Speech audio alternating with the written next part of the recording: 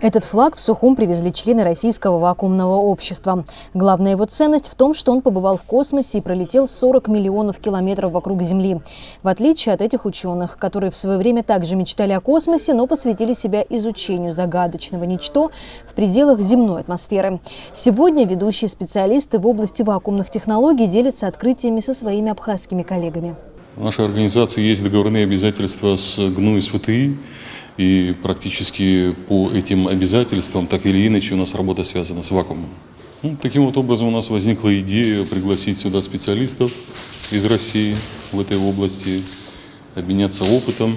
Рассматриваются такие вопросы, связанные с новыми материалами, с обработкой поверхностью, с герметичностью, с измерениями. В общем, все те вопросы, с которыми мы ежедневно сталкиваемся. Российские ученые дали своим абхазским коллегам совершенно конкретные советы в области вакуумных технологий. Отвечая на вопрос, в каких именно областях они могут использоваться, специалисты отвечают, что необходимость в вакуумных технологиях настолько широка, что сложно назвать отрасль даже где они не нужны. Ну а так применяется это в области нефтехимии, металлургии, чтобы металл не был рыхлым, когда вот отливки делаются, стараются из этого металла просто выкачать весь воздух, иначе он будет пористый, ну как вот сыр такой с отверстиями. И, соответственно, технологии просто не будут соблюдаться. Ну, самый простой пример, каждый из вас приходит в магазин, есть упаковка. А упаковка, это, как правило, вакуумная упаковка, значит, требуется она для того, чтобы продукты как можно больше сохранялись, не портились, ну, чтобы не допускать взаимодействия с какими-то вредными веществами. Но, кроме того, это очень важно для логистики, ну, чтобы все это было очень компактно. А так, в общем-то...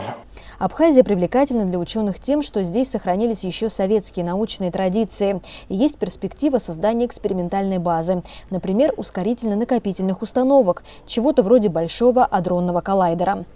Очень интересен вакуум для имитаторов космоса, для различных ускорительно-накопительных установок. Ну, в частности, я знаю, что речь идет о том, чтобы реализовать здесь ускорительные различные тематики в Сухуме. То есть это нельзя сделать без вакуума. Для абхазских ученых такие семинары и контакты с российскими коллегами, по их же признанию, также несут большую практическую пользу. Техника,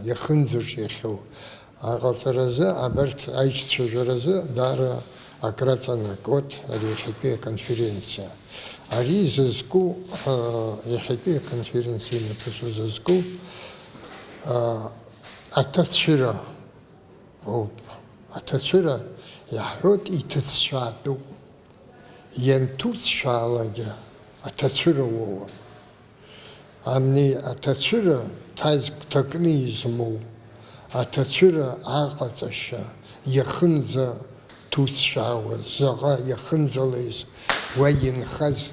Ататшира инхаз захро. Абри элкара язгу. К тому же, как говорят ученые, Абхазия весьма привлекательное место для проведения научных семинаров и конференций. Хорошая погода, природа и гостеприимные коллеги весьма располагают к тому, чтобы учредить большую абхазскую научно-техническую конференцию. Марианна Котова, Торник Амичба, Абаза ТВ.